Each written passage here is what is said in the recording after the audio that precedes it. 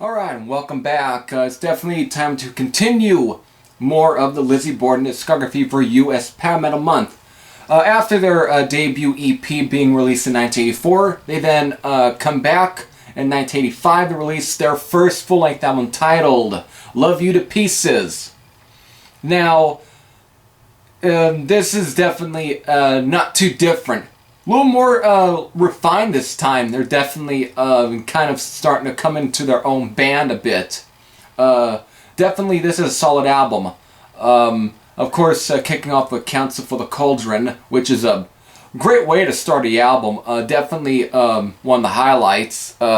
Psychopath, Warfare, American Metal, the title track, Rod of Iron, which an early version of Rod of Iron actually appears on the fourth Metal Massacre. Of course, Lizzy Borden were definitely one of the bands that were featured on the Metal Massacre comp that were end up, getting signed to Metal Blade. Many great songs on here. There really isn't a bad track on this album. This is just a solid release. Warfare, Flesh Eater, Godiva. Every bit of this album is definitely a solid listen.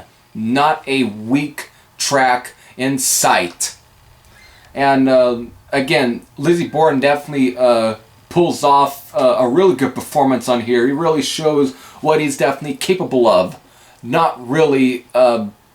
His singing is so different from any other glam singer at all. I don't think, glam singers have also been said to have some sort of, kind of weak singing at sometimes. Again, some of those singers, it's, for them, it's can't sing, don't care, it's only rock and roll type of attitude. But this guy definitely had a real set of pipes. And he definitely is in that same, category as James Rivera and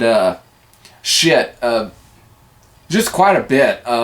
Mike Viscera, he's just in that same vein, or even John Ark of Fate's Warning. He just has that sort of talent. Definitely a great singer.